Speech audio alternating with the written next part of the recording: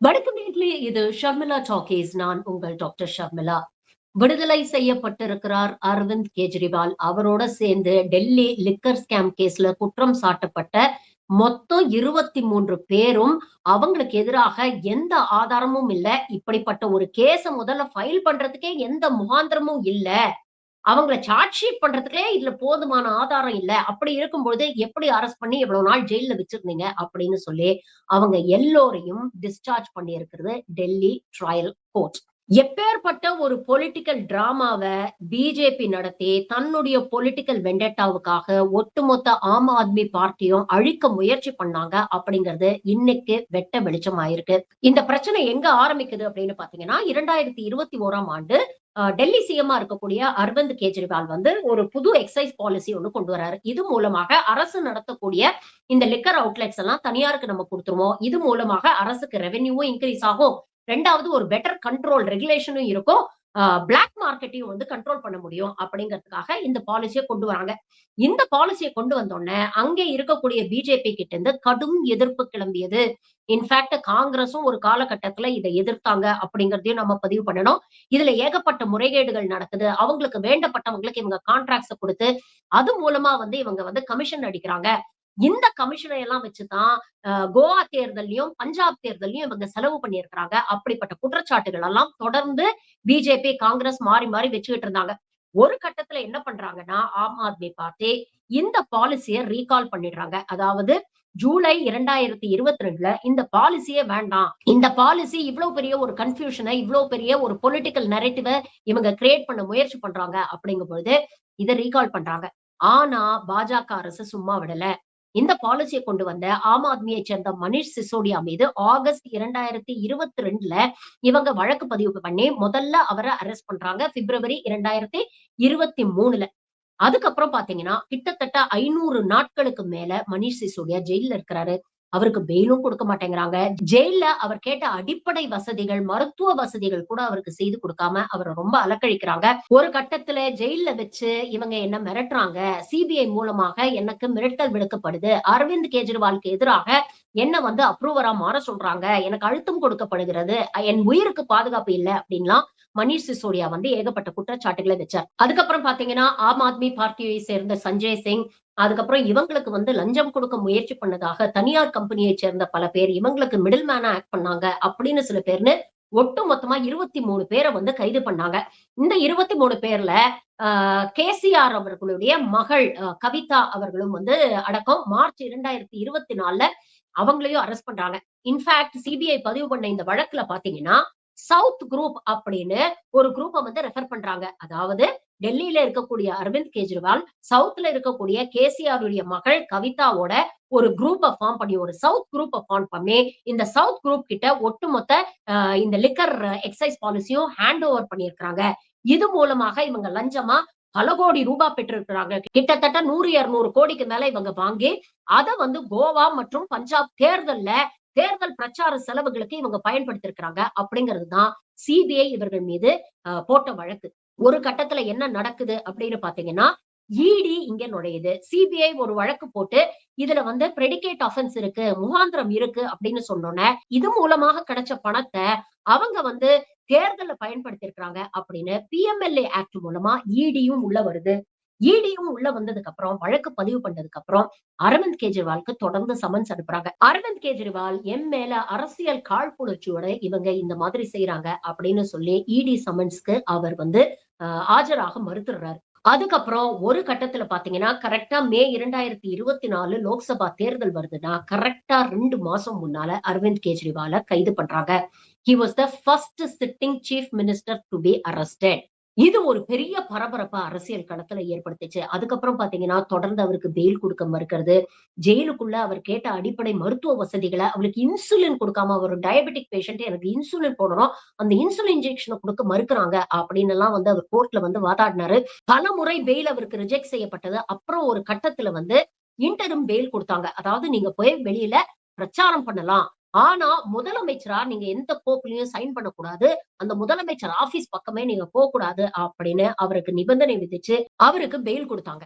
வெளியில வந்துருவாரு. இன்டரிம் பெயில்ல வந்துட்டு, இங்க லோக்சபா தேர்தலுக்கு பிரச்சாரத்த பண்ணிட்டு, மறுபடியும் ஜெயிலுக்கு போனாரு. அதைத் தொடர்ந்து கிட்டத்தட்ட 8 மாசத்துல டெல்லியுடைய சட்டமன்ற தேர்தலும் வருது. ஆனா, கிட்டத்தட்ட 158 நாட்களுக்கு மேல அரவிந்த் கெஜ்ரிவால கைதி மாதிரி ஜெயில்ல வச்சிருந்தாங்க. இந்த 2 தேர்தல்லயும், அதாவது 2024 லோக்சபா தேர்தல்லயும், அதுக்கப்புறம் நடந்த டெல்லி சட்டமன்ற தேர்தல்லயும் ஆம் ஆத்மி பார்ட்டி கடுமையான ஒரு வீழ்ச்சியை சந்தித்தது. கடுமையான தோல்விய சந்திச்சது அப்படிங்கிறது உங்க எல்லாருக்குமே தெரியும். பிஜேபியுடைய மிஷன் அக்கம்ப்ளிஷ்ட் அப்படின்னு தான் எதிர்க்கட்சிகள் எல்லாருமே நெனச்சாங்க. அதுக்கப்புறம் பாருங்க, இப்போ 2 நாள் முன்னால இந்த கேஸ் ட்ரையல் கோர்ட்க்கு வந்தோனே, அந்த trial court judge CBI knock அப்படிங்கிற மாரி கேள்வி கேட்டிருக்கிறாரு. எந்த அடிப்படை முகாந்திரமும் இல்லாம, வெறும் யூகங்கள மட்டும் வச்சு, இப்படி ஒரு கேஸ நீங்க கட்டமைச்சிருக்கிறீங்களே, இத வச்சு கிட்டத்தட்ட 500 நாளுக்கு மேல மனீஷ் சிசோடியாவையும், 150 நாளுக்கு மேல ஒரு சிட்டிங் சீஃப் மினிஸ்டரா இருந்த அரவிந்த் கெஜ்ரிவாலையும் ஜெயில்ல வச்சிருக்கிறீங்களே, இது எந்த விதத்துல நியாயம்? அப்படின்னு கேட்டு, உடனடியா அவங்க எல்லாரையும் டிஸ்சார்ஜ் பண்ணியிருக்கிறாரு. ஒட்டுமொத்த 23 பேரையும் இந்த வழக்குல இருந்து அவர் விடுவிச்சிருக்கிறார். அது மட்டும் இல்ல, இப்படிப்பட்ட உள்நோக்கத்தோட எந்தவித அடிப்படை முகாந்திரமும் இல்லாம, கற்பனையின் அடிப்படையில இந்த கேஸ் புனையப்பட்டிருக்கு.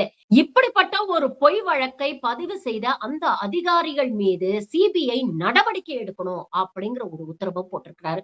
இது ஒரு லேண்ட்மார்க் ஜட்ஜ்மெண்டா பார்க்கப்படுது. வெளியே வந்த அரவிந்த் கெஜ்ரிவால் மக்களுக்கு கைகூப்பி நன்றி சொல்லி கண்ணீர் மல்க அவர் பதிவு செஞ்ச ஒரு விஷயம், இன்னைக்கு நான் நிரபராதி அப்படின்னு நான் வெளியில வந்திருக்கேன். இவ்வளவு நாள் அரசியல் காழ்ப்புணர்ச்சியோட இந்த ஆர்எஸ்எஸ் சங் பரிவார் கும்பல் எப்படியெல்லாம் என்ன பொலிட்டிக்கலா பழி வாங்கியிருக்கிறாங்க அப்படிங்கறத கொஞ்சம் யோசிச்சு பாருங்க. இத முக்கியமா இவர்கள் கட்டமைத்த பொய்யை நம்பி இவர்களுக்கு வாக்களித்த அந்த டெல்லி மக்கள் யோசிச்சு பார்க்கணும் அப்படிங்கிற ஒரு விஷயத்த பதிவு பண்ணியிருக்கிறார். இந்த வழக்கு மூலமா பல கேள்விகளை இன்னைக்கு நம்ம கேட்க வேண்டியிருக்கு. First and foremost trial court ஜட்ஜுக்கு ஒரு மிகப்பெரிய பாராட்ட சொல்லணும். ஏன்னா இந்த மாதிரி பொலிட்டிக்கலி சென்சிட்டிவ், பொலிட்டிக்கலி மோட்டிவேட்டட் கேசஸ்ல ட்ரையல் கோர்ட் ஜட்ஜஸ் எந்த அழுத்தத்துக்கு உள்ளாவாங்க அப்படிங்கிறது நமக்கு நல்லாவே தெரியும்.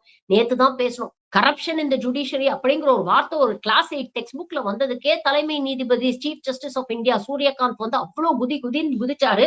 ஆனா இவ்ளோ அழுத்தங்களை மீறியும் ட்ரையல் கோர்ட் ஜட்ஜ் இன்னைக்கு நேர்மையான ஒரு நிலைப்பாடு எடுத்திருக்கிறாரு அப்படிங்கிறது உண்மையிலேயே பாராட்டத்தக்கது. இன்னொரு விஷயம் என்னன்னு பாத்தீங்கன்னா, ஆர்எஸ்எஸ் சங் பரிவாரோட இந்த சிபிஐ மற்ற அமைப்புகள் இடி, ஐடி இது போதா குறைக்கு கோதி மீடியா இவங்க எல்லாம் சேர்ந்து இந்த கேஸ எந்த அளவுக்கு ஊதி பெருசாக்குனாங்க அப்படிங்கிறது நமக்கு நல்லாவே தெரியும். கிட்டத்தட்ட மவுண்டன்ஸ் அண்ட் மவுண்டன்ஸ் ஆஃப் எவிடன்ஸ கொண்டு போய் அந்த ஜட்ஜ் முன்னால வச்சிருக்காங்க.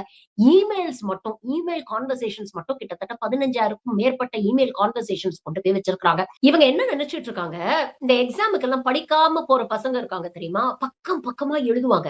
அவங்களுக்கு என்ன தோணும்னா சைக்கலாஜிக்கலா பாருங்க, இந்த கேண்டிடேட் இவ்வளவு பக்கம் பக்கமா எழுதி வச்சிருக்காங்க, அப்ப உண்மையிலேயே உங்களுக்கு சப்ஜெக்ட் தெரியும் போல் இருக்கு அப்படின்னு எக்ஸாம்ல மார்க் போடுற வாத்தியார் நினைச்சுப்பாங்க அப்படின்னு நினைக்கிறாங்க. ஆனா அப்படிப்பட்ட ஒரு நினைப்போட போன சிபிஐ தலையில நங்குன்னு ஒரு குட்டு வச்சிருக்கிறாரு ட்ரையல் கோர்ட் ஜட்ஜ். நீங்க எவ்வளவுதான் எவிடன்ஸ் கொடுத்தாலும் அதை தீர நான் ஆராய்ஞ்சு பார்த்துட்டேன்.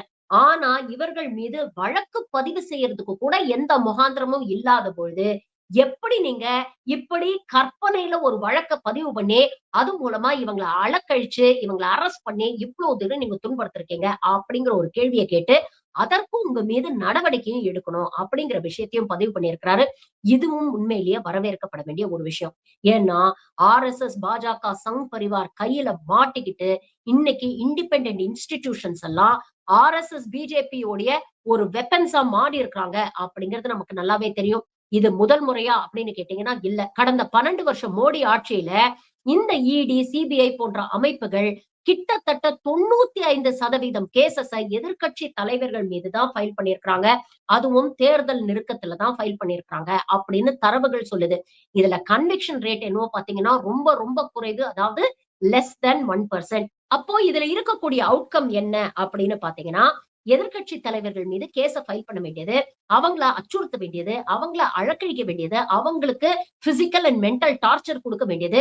இந்த டார்ச்சர தாங்க முடியாத பல பேர், நாங்க பிஜேபியில வந்து சேர்ந்துடுறோம்ப்பா, எங்கள தூக்கி வாஷிங் மிஷின்ல போட்டு சலவை செஞ்சிருங்க அப்படின்னு சொல்லும்போது, சலவை செஞ்சு அவங்கள சேர்த்துக்கிறது. அப்படி சேர்த்துக்கிட்டதுதான் ஏக்நாத் ஷிண்டே, அஜித் பவார், ஹிமந்தா பிஸ்வா சர்மா போன்றவர்கள்.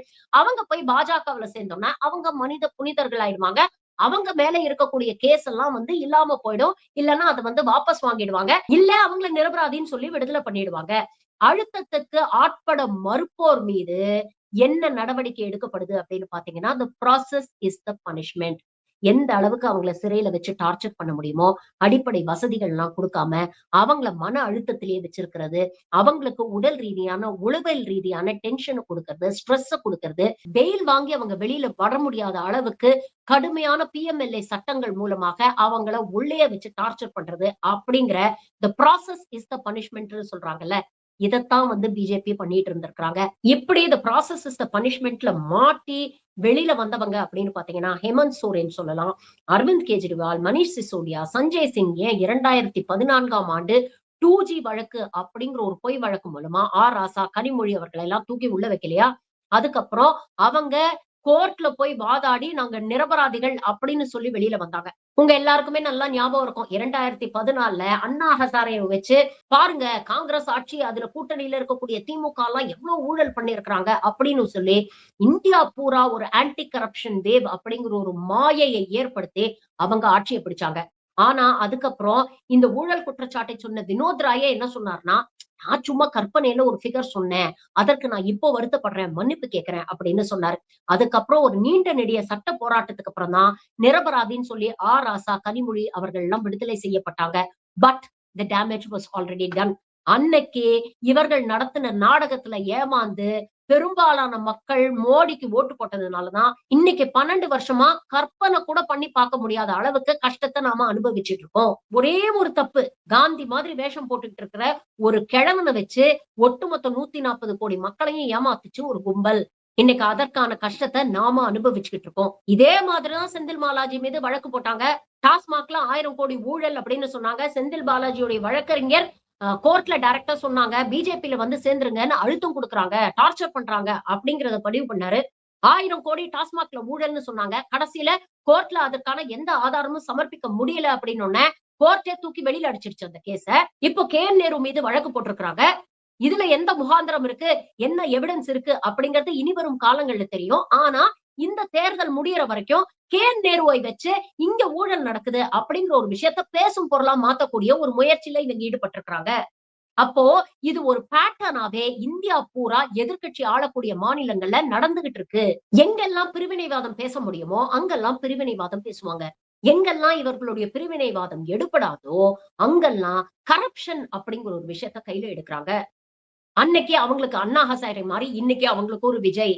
இந்த கரப்ஷன் அப்படின்னு தான் அரவிந்த் கெஜ்ரிவாலும் பேசி ஆட்சிக்கு வந்தாரு. உங்க எல்லாருக்குமே நல்லா ஞாபகம் இருக்கும்.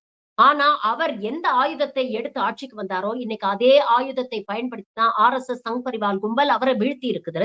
இன்னைக்கு என்னதான் அவர் நிரபராதி அப்படின்னு வெளியில வந்துட்டாலும், அவர் மீது ஒரு டவுட்ட கிரியேட் பண்ணிட்டாங்கல்ல. நான் ஊழலுக்கு அப்பாற்பட்டவன் அப்படின்னு இவ்வளவு நாள் சொல்லிட்டு இருந்த அரவிந்த் கெஜ்ரிவாலால இனிமேல் அப்படி சொல்ல முடியுமா? அவருடைய ரெப்புடேஷனை டோட்டலா காலி பண்ணிட்டாங்க. அவருடைய பொலிட்டிக்கல் கரியரை டோட்டலா சபோட்டாஜ் பண்ணிட்டாங்க. இன்னைக்கு அவருக்கு கிடைச்சிருக்கிறது ஒரு தற்காலிக ரிலீஃப் தான். இதுல இருந்து ஆம் ஆத்மி கட்சியால மீண்டு வர முடியுமா? டெல்லியில மறுபடியும் ஆட்சியை பிடிக்க முடியுமா? ஏற்கனவே பஞ்சாப், குஜராத் அப்படின்னு அவங்க டார்கெட் பண்ணிட்டு இருக்காங்க. அங்கெல்லாம் பாஜகவை எதிர்த்து மீண்டும் அவங்களால அரசியல் பண்ண முடியுமா அப்படிங்கறதெல்லாம் நாம பொறுத்து இருந்துதான் பார்க்கணும். ஆனா இந்த கரப்ஷன் அப்படின்னு பேசுறாங்கல்ல, அப்படி பேசுறவங்க எல்லாருமே எதிரில் இருக்கக்கூடிய கொள்கை எதிரி இவ்ளோ அசுர பலத்தோட இருக்கும் பொழுது நாம we should be above suspicion அப்படிங்கிற ஒரு விஷயத்தை எப்பவுமே ஞாபகம் வச்சுக்கணும். அரசியலை பொறுத்த வரைக்கும் all is fair and love and war மாதிரி தான் ஒரு கட் த்ரோட் பொலிட்டிக்கல் என்வாயர்மெண்ட் தான் இன்னைக்கு இருக்கு. அப்படிப்பட்ட ஒரு பொலிட்டிக்கல் என்வாயர்மெண்ட்டை RSS சங் பரிவார் கும்பல் கிரியேட் பண்ணிடுச்சு. இங்க மாரல்ஸ், எத்திக்ஸ்க்கு எல்லாம் எந்த இடமும் இல்ல. ஆட்சியை பிடிக்கணும்னா அதற்கு எந்த எல்லைக்கு வேணாலும் நாங்க போய் செயல்படுவோம் அப்படிங்கிற ஒரு விஷயத்த கையில எடுத்திருக்கு இந்த கும்பல். அப்போ அவர்களை எதிர்த்து போராடக்கூடியவர்கள், அவர்களை எதிர்த்து அரசியல் களம் காணக்கூடியவர்கள் எந்த அளவுக்கு உண்மையிலேயே தூய சக்தியா இருக்கணும் அப்படிங்கறத யோசிச்சு பாருங்க. இது நான் குறிப்பிட்ட ஒரு கட்சிக்காக சொல்ல, பொதுவா எல்லா கட்சிகளுக்கும் சேர்த்துதான் சொல்றேன். இவ்ளோ அசுர பலம் கொண்ட ஒரு அரசியல் எதிரியை எதிர்கொள்ளும் பொழுது நாம கொள்கை தெளிவோட இருக்குமா, நாம மக்களை சார்ந்த அரசியல் பண்றோமா அப்படிங்கறத எதிர்க்கட்சிகள் யோசிச்சு பார்க்கணும். இறுதியாக பாஜகவுக்கு அரவிந்த் கெஜ்ரிவால் ஒரு சவால் விட்டார். அதாவது 3 வருஷம் முன்னால அவரை கைது செய்யும் பொழுது நேரடியாக மோடிக்கு சவால் விட்டாரு. இன்னைக்கு என்ன கைது பண்றீங்க, என்ன குற்றவாளி அப்படின்னு மக்கள் முன்னால நீங்க நிறுத்துறீங்க. நாளைக்கு நான் நிரபராதி அப்படின்னு இந்த வழக்குல இருந்து வெளியில வந்துட்டா உங்களால உங்கள் பதவியை ராஜினாமா பண்ண முடியுமா? நான் சேலஞ்ச் பண்றேன். அப்படின்னு ஒரு சேலஞ்ச் விட்டார். இன்னைக்கு அவரை நிரபராதி அப்படின்னு சொல்லி கோர்ட் விடுதலை பண்ணிருக்கு. மோடி அவருடைய பதவிய ராஜினாமா பண்ணுவாரா? நேத்து கரப்ஷன் இன் தி ஜுடிஷியரி அப்படிங்கும் பொழுது மோடி அக்கவுண்டபிலிட்டிய பத்தி பேசினாரு. ரெஸ்பான்சிபிலிட்டிய பத்தி பேசினாரு. இப்படிப்பட்ட பொய் வழக்கை பதிவு செய்த சிபிஐ அதிகாரிகள் மீது நடவடிக்கை எடுக்கணும் அப்படின்னு ட்ரையல் கோர்ட் ஜட்ஜி சொல்லியிருக்கார். ஆனா இந்த சிபிஐ அதிகாரிகளை இயக்கியவர்கள் யார்? அவங்க மேல யார் நடவடிக்கை எடுக்க போறாங்க? அவங்களுக்கு ரெஸ்பான்சிபிலிட்டியும் அக்கவுண்டபிலிட்டியும் யாரு பிக்ஸ் பண்ண போறாங்க? இல்ல வழக்கம் போல அதிகாரிகளை மட்டும் பலிகடா ஆக்கிட்டு அரசியல்வாதிகள் தப்பிச்சுக்க போறாங்களா? பொறுத்திருந்து பார்ப்போம். நன்றி. வணக்கம்.